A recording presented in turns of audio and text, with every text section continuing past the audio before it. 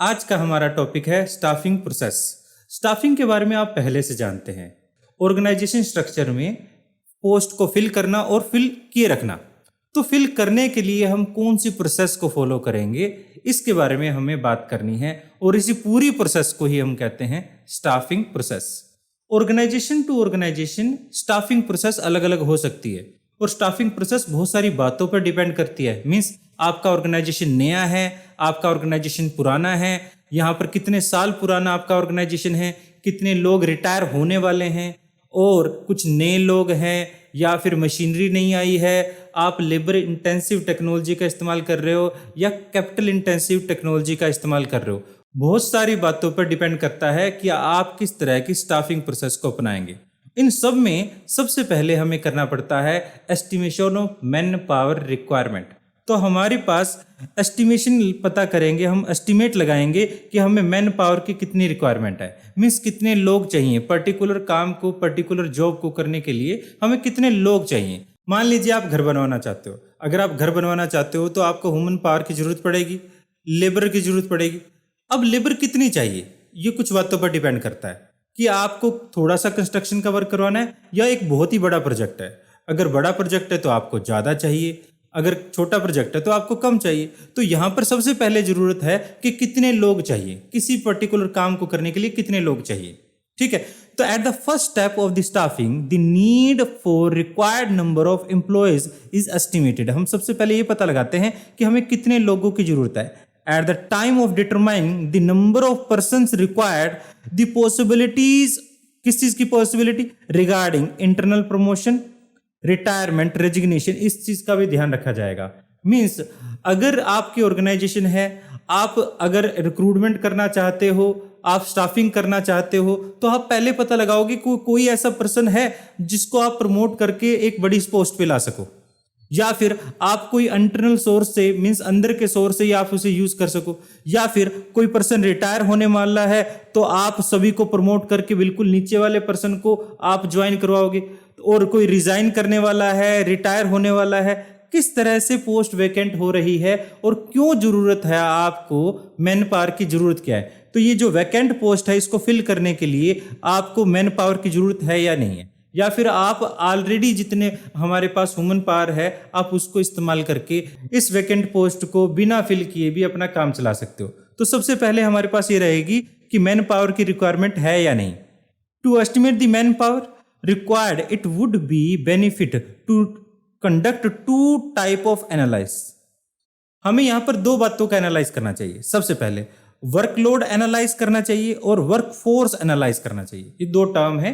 इन दोनों टर्म के बारे में एमसीक्यू के अंदर काफी बार पूछा जाता है, तो इन दोनों टर्म को आप क्लियर रखिएगा। काफी बार बच्चों में इस बात की कंफ्यूजन भी होती है, इन दोनों टर्म के मीनिंग को समझने में काफी बार कंफ्यूजन हो जाती है, बट आपको ये कंफ्यूजन नहीं रहेगी। देखिए समझिए क्या है workload analysis. Workload analysis is the concern to know the number and type of human person, यानी human resource necessary to complete the job in hand of successfully. यानी किसी काम को करने के लिए हमें यहां पर यह पता करना है कितने लोग चाहिए और उन लोगों की क्वालिफिकेशन क्या है, मींस टाइप। क्या हमें काम को करने के लिए 10 लोग चाहिए और 10 लोग इंजीनियर होने चाहिए। ये जो है वो जो चाहिए, कितने चाहिए, ये पता करने के लिए हम जो एनालिसिस यूज करते हैं उसे कहते हैं वर्कलोड एनालिसिस, कि वर्कलोड कितना है। दूसरा हमारे पास है वर्कफोर्स एनालिसिस। वर्कफोर्स एनालिसिस के अंदर ये है कि हमारे उस पर्टिकुलर काम को करने के लिए ऑलरेडी हमारे पास कितने लोग अवेलेबल हैं। इसको जब हम स्टडी करें तो वो कहलाता है workforce analysis. Is concern to know number and type of humans available to complete the job in hand successfully. Means already कितने अवेलेबल हैं, यहां पर होता है वर्कफोर्स एनालिसिस, और हमें कितने चाहिए यह है वर्कलोड एनालिसिस। और जितना वर्कफोर्स में और वर्कलोड में डिफरेंस रहेगा उन्हीं को न्यू अपॉइंट किया जाएगा। ठीक है, इस तरह से सबसे पहले हमारा काम रहता है estimation of man power required. कहने का मतलब मान लीजिए एक बिल्डिंग है, उसे बनाने के लिए, बिल्डिंग बनाने के लिए हमें 100 लोग चाहिए। 100 लोगों में से हमारे पास 80 लोग पहले से हैं, तो 100 लोग जो चाहिए वो है वर्कलोड, और 80 लोग ऑलरेडी है हमारे पास है, वो है हमारे पास वर्कफोर्स। तो जो बीच का डिफरेंस रहेगा 20% का, वही हमारे पास क्या है, रिक्वायरमेंट है। तो हम ये दो एनालिसिस करते हैं यहाँ पर। मैन पावर एस्टिमेट करने के बाद हमारे पास जो सेकंड स्टेप रहता है स्टाफिंग प्रोसेस में, वो है रिक्रूटमेंट। रिक्रूटमेंट के बारे में हम काफ़ी बार प्रीवियस वीडियोज़ में बात कर चुके हैं और आगे भी इसके लिए एक डेडिकेटेड वीडियो रहेगी। बट फिलहाल रिक्रूटमेंट क्या है? रिक्रूटमेंट एक पॉजिटिव प्रोसेस है। रिक्रूटमेंट के दौरान हम कोशिश करते हैं कि ज़्यादा से ज़्यादा लोग जॉब के लिए अप्लाई करें, जिससे कि क्या होगा, हमारे पास जो एम्प्लॉय होगा वो ज़्यादा एफिशिएंट होगा, ज़्यादा इफेक्टिव होगा। ज़्यादा एफिशिएंट और इफेक्टिव एम्प्लॉय को रखने के लिए, कैंडिडेट को रखने के लिए हम क्या करते हैं, रिक्रूटमेंट करते हैं और हम चाहते हैं ज़्यादा से ज़्यादा लोग अप्लाई करें। तो यहाँ पर हम ये जानना चाहते हैं कि वेरियस सोर्स क्या है। सोर्स का मतलब यहाँ पर है कि रिक्रूटमेंट कहाँ कहाँ से किया जा सकता है, कहाँ कहाँ से लोगों को बुलाया जा सकता है। हो सकता है हम कैंपस प्लेसमेंट करें, हो सकता है कैजुअल कॉलर को बुलाएं, या फिर हम अपने ही एम्प्लॉय को किसी रेफरेंस देने के लिए बोल दें, या फिर हम एम्प्लॉयमेंट एक्सचेंज से भी लोगों को बुला सकते हैं। तो कहाँ कहाँ से लोगों को बुलाएंगे, हमें यहाँ पर ये पता करना है source of employees and encourage them to send their application to the enterprise. और हम यहाँ पर इंकरेज करते हैं कि वो एप्लीकेशन को एंटरप्राइज में भेजें। हम इंकरेज कैसे करेंगे? इंकरेज करने के लिए हम ज़्यादा अच्छे ऑफर्स देते हैं, ज़्यादा फैसिलिटीज देते हैं, अच्छा जॉब इनरिचमेंट करते हैं, कैरियर इन्हांसमेंट करते हैं, जिससे कि प्रोस्पेक्टिव एम्प्लॉय खींचा चला आए और वो अप्लाई करे, ज़्यादा पोटेंशियल लोग जॉब करने के लिए तैयार हों। इसके बाद हमारे पास क्या रहता है, सिलेक्शन। सिलेक्शन को हम नॉर्मली नेगेटिव प्रोसेस बोलते हैं, क्योंकि जितने भी कैंडिडेट आए थे उनमें से कुछ को हम डिसलेक्ट कर देते हैं और कुछ को सिलेक्ट कर लेते हैं आगे की प्रोसेस के लिए, जिससे हमारी रिक्रूटमेंट प्रोसेस, स्टाफिंग प्रोसेस छोटी हो जाए, हल्की हो जाए।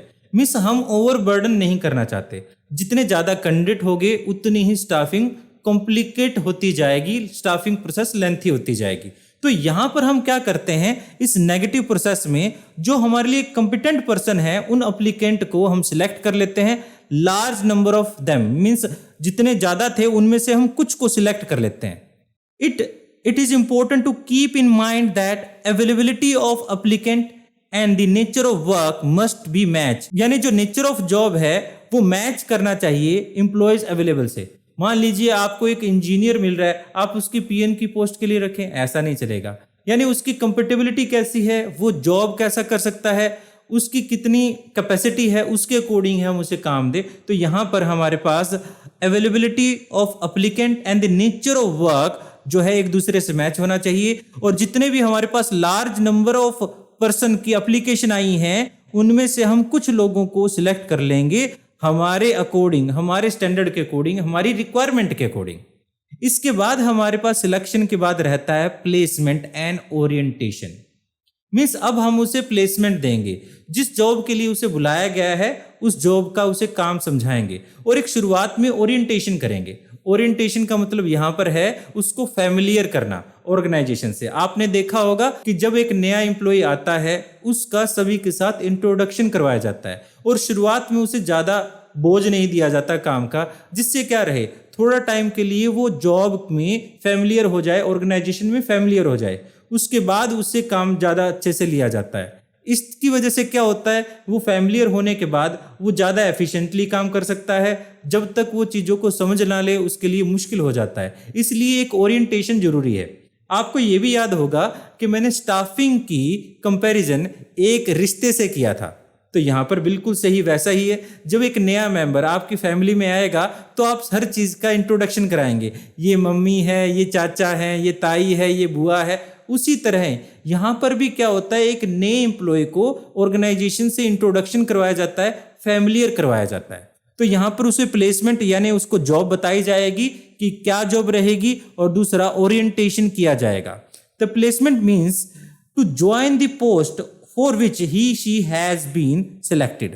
And orientation, the employee is given a brief presentation about the company and the introduction to his superiors, subordinator and colleagues. तो सभी से उनको मिलवाया जाता है जिससे क्या हो जाए, वो थोड़ा फैमिलियर हो जाए। उसके बाद हमारे पास आती है ट्रेनिंग एंड डेवलपमेंट।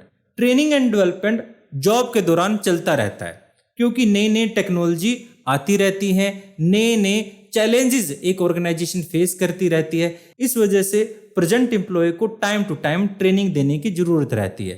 तो यहाँ पर ट्रेनिंग एंड डेवलपमेंट करते हैं। डेवलपमेंट का मतलब भी क्या रहता है, उसकी नॉलेज को बढ़ाना, इस एम्प्लॉय की एफिशिएंसी को बढ़ाना। At this step of process of staffing, training and development are imparted to the employees so that their efficiency and effectiveness is increased, जिससे वो कॉस्ट भी कम हो और इफेक्टिवनेस यानी टाइम भी कम लगाए। किसी काम को करने में वो कॉस्ट भी कम रहे और टाइम भी कम लगाए। इस तरह से उनको ट्रेन किया जाता है टाइम टू टाइम। आगे चलकर हम बात करते हैं परफॉर्मेंस अप्रेजल। अब देखिए, ये है एक मोटिवेशन, एक एम्प्लॉय के लिए मोटिवेशन। एक इंसान लगन से काम करता है, जम के काम करता है। अगर उसे टाइम टू टाइम अच्छी मोटिवेशन मिलती रहे तो वो काम को लगातार उतनी ही लगन से करता रहता है। तो इसलिए यहाँ पर परफॉर्मेंस अप्रेजल किया जाता है, उसकी परफॉर्मेंस को अप्रेज किया जाता है, एनालाइज किया जाता है, क्रिटिकल एनालाइज किया जाता है। अगर कोई पर्सन अच्छे से काम नहीं करता तो उसे किसी प्रकार की वैल्यूएशन भी नहीं दिया जाता, रिकॉग्निशन भी नहीं दिया जाता। जो पर्सन बहुत ज़्यादा अच्छा काम करता है तो उसे रिकॉग्निशन मिलता है, जैसे आपने सुना होगा, यानी employment of the year etcetera etcetera. At this step the capability of every employee is judged. हम हर एम्प्लॉय की कैपेसिटी को जज करते हैं, पता लगाते हैं कि उसने जो काम किया कैसे किया। हर चीज जज करने के बाद टू जज his capability, his actual work performance is compared with the work assigned to him. जितना उसे काम असाइन किया गया था उसके साथ कंपैरिजन किया जाता है जो एक्चुअल उसने परफॉर्मेंस किया। जो कमी क्या रही उसका हम पता लगाते हैं और उसे इसके लिए उसकी परफॉर्मेंस कैसी रही उसको प्रेज करते हैं या क्रिटिसाइज भी करते हैं। इसके बाद हमारे पास आता है प्रमोशन एंड करियर प्लानिंग।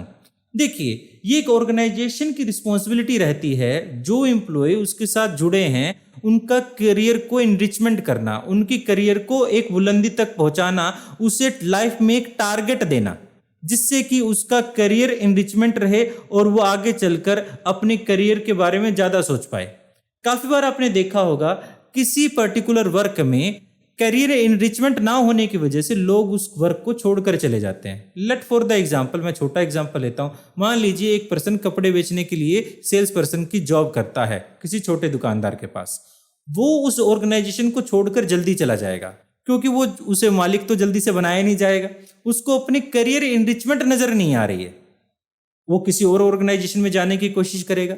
एक ऑर्गेनाइजेशन की रिस्पॉन्सिबिलिटी है, जो एक पर्सन एम्प्लॉय के रूप में एक ऑर्गेनाइजेशन से जुड़ा है वो लाइफ लॉन्ग उसके साथ चलता रहे, उस ऑर्गेनाइजेशन के साथ चलता रहे। इसके लिए उसकी करियर ओरिएंटेशन करना बहुत जरूरी है, करियर प्लानिंग करना बहुत ज्यादा जरूरी है। प्रमोशन एंड करियर प्लानिंग, तो यहां पर under this step the process of staffing, employees get promoted to higher post on the basis of their capability। हाँ, ये बात अलग है। काफी बार एज के अकॉर्डिंग भी हम प्रमोट कर देते हैं, सीनियरिटी के अकॉर्डिंग भी प्रमोट कर देते हैं, बट नॉर्मली अगर प्राइवेट ऑर्गेनाइजेशन की बात करें तो कैपेसिटी के अकॉर्डिंग उससे हम प्रमोट करते हैं हायर पोस्ट पर। तो प्रमोशन का मतलब क्या है?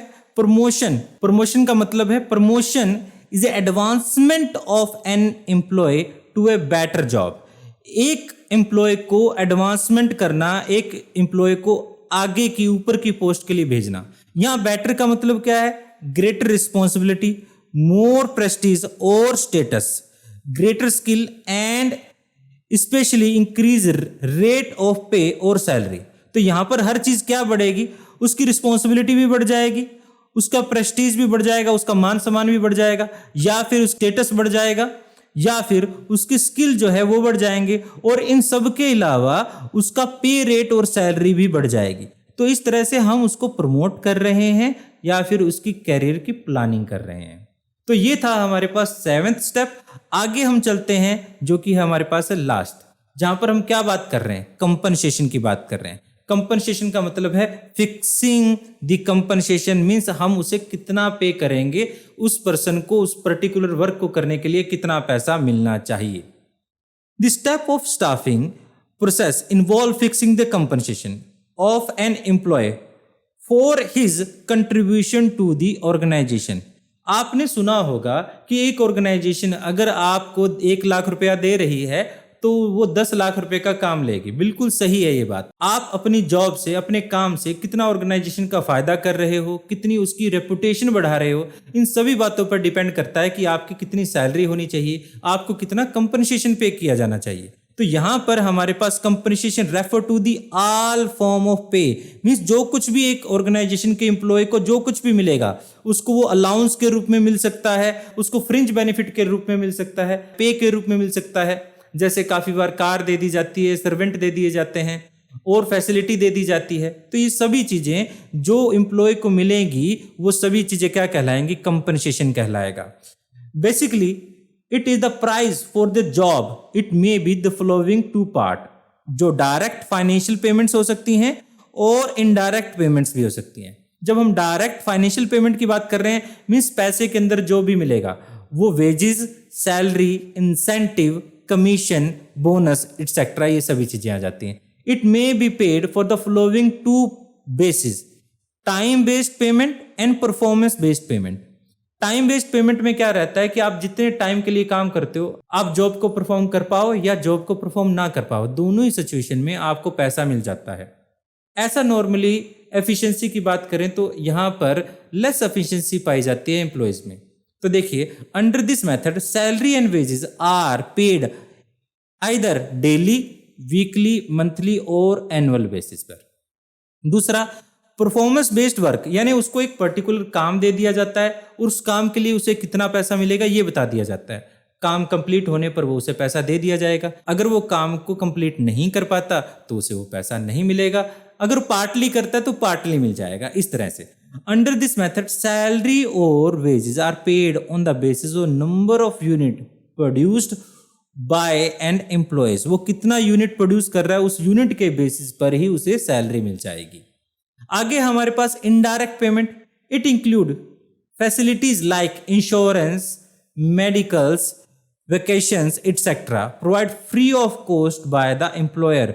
एम्प्लॉयर अपने एम्प्लॉय को फ्री ऑफ कॉस्ट घूमने के लिए ट्रिप्स दे देता है, हाउस दे देता है, ये सारी फैसिलिटी वो दे रहा है। तो ये इस तरह से यहाँ पर कंपनसेशन जो है वो सेट किया जाएगा, जो हमारा स्टाफिंग का लास्ट स्टेप था। तो ये थी आपकी स्टाफिंग प्रोसेस। फिर मिलते हैं किसी और वीडियो में। Thanks for watching.